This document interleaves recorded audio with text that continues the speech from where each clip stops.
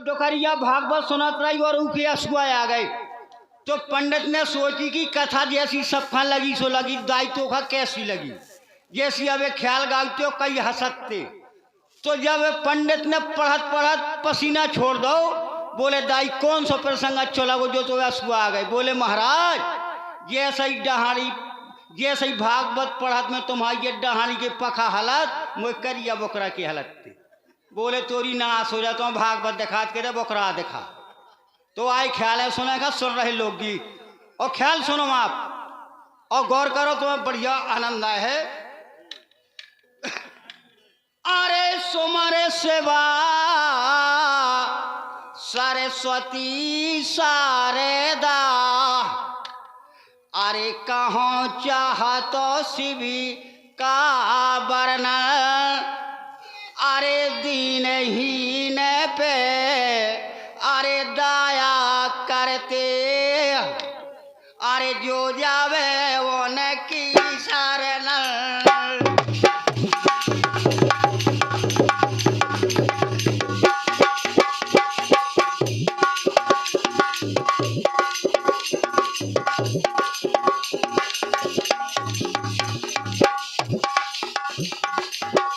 तो ये के बार स्वर सहते सुनो शिवी, अरे सुंदर याग रचाते हैं, हर्षाते हैं इंद्र जगन देव, अरे विचार कहलाते हैं। तो लेन भर के क्या चले न पत की, और लेन भर के क्या चले नृपत की, अरे अपना रूप दिखाते हैं, तन पाते हैं हर कपोत का, अरे इंद्र बाजो बन हेलो तन पाते हैं हर कपोत का, इंद्र बाज बन जाते हैं। राजा इंद्र बाज बन जाते हैं और अग्निदेव कबूतर बन जाते हैं। और राजा शिवी की जाकर के जैसी समाज यहाँ बैठी है, राजा मुकुट बांधे बैठे, कबूतर राजा की गोदी में बैठ जाता है। तो राजा हाथ फेरता है कि बेटा क्या हुआ। बोले जे महाराज मुझको बाण मारता है, मैं प्राण बचाए हुए भगता हूँ। तो राजा ने कहा कि नहीं भाई आप इसको नहीं मार सकते। तो महाराज इंद्र ने साक्षात रूप धारण किया और कहने लगे कि महाराज सुनिए ये मेरा भोजन है। अरे लगे कबूतर के पीछे ते, अरे इंद्र वहीं आ जाते हैं, अरे शरणाते हैं शिवी चरणन मां, अरे ऐसा बचन सुनाते हैं।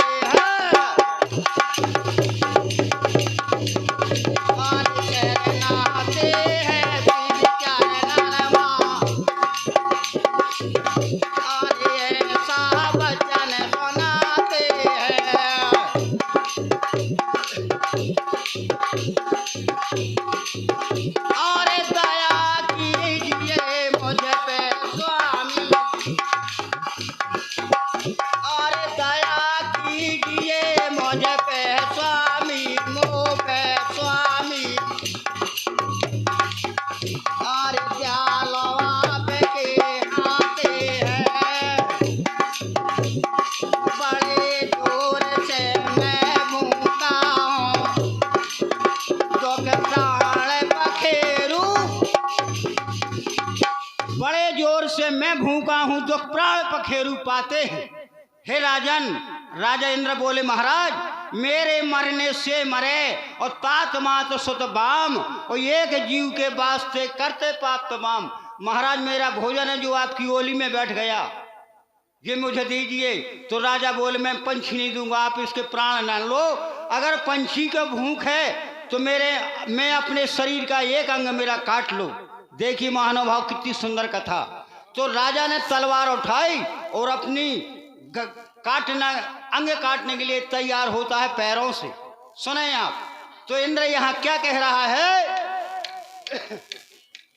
अरे अगर बने हो भैया धर्म काया का, अरे बोला बाज सुनो बानी, अरे माँ से आप ना, अरे हम खा दे, अरे तोले कबूतर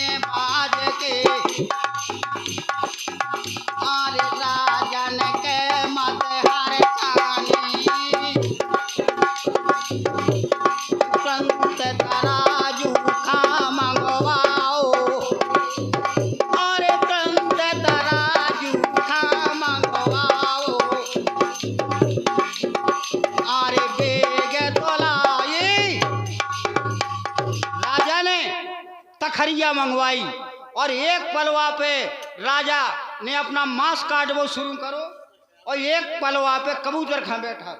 तो राजा जैसी अपने पैर में तलवार मारे और मांस चढ़ावे तो कबूतर वैसी वजन बढ़ाऊ जाए।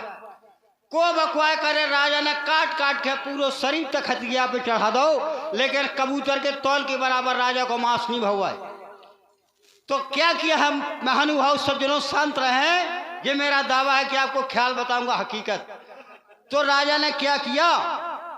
अरे भैया काटे काटे तन बोटी बोटी, अरे पलवा बीच चढ़ाते हैं, अरे कर पाते हैं तौल ना पूरी, अरे बदन का पोत बढ़ाते हैं।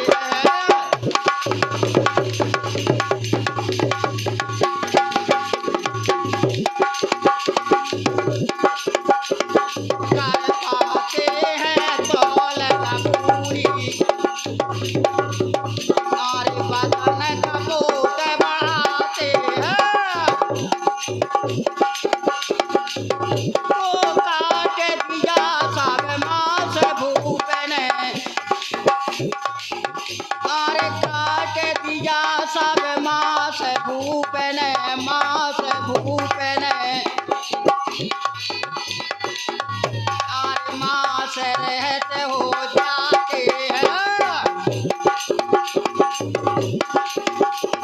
कर पाते हैं तौल ना पूरी, अरे बदन का बोध। राजा ने पूरा मांस शरीर का काट दिया, केवल गर्दन बची। तो राजा स्वयं पलवा पे बैठ जात, और जहां से इतना स्वयं पलवा पे बैठ जात तो राजा इंद्र वहीं आ जाते, स्वयं भगवान आ जाते। बोले राजन आबाद रहो, धन्य के मन गए आपको दानी है। हस्त पुष्ट नभ को किया और ईश भय अनुकूल, और देवतन दीनी द्वंद मीसो बहुविध बरसे फूल। तो बताया है कवि ने कि सन्यासी कहे तुमरे ऊपर दया भारती लगी करन, दीनहीन पर दया करते जो जाते उनकी शरणन, दुनिया रूठ जाए एक परमात्मा ना रूठे। और जैसे आप सुना रहे थे कहीं गीत, तो गीत भी सुने। हमारा तुम्हारा ब्याह हो तो बढ़िया आदमी कपड़ा पहन के जात, ट्रैक्टरन पे जात, मार्शल से जात, मोटरसाइकिल से जात। और जब भगवान शंकर जी को ब्याह हो तो देखो कितनी बढ़िया बारात गई। और सुने आप गाड़ी के माध्यम से जो हमारी माता बहन ब्याह अवसर में गाँव थे, तो सुने हमारे भैया ढोलक वाले बहुत अच्छे वादक। और सुने आप अरे ऐसो बारे ढूंढ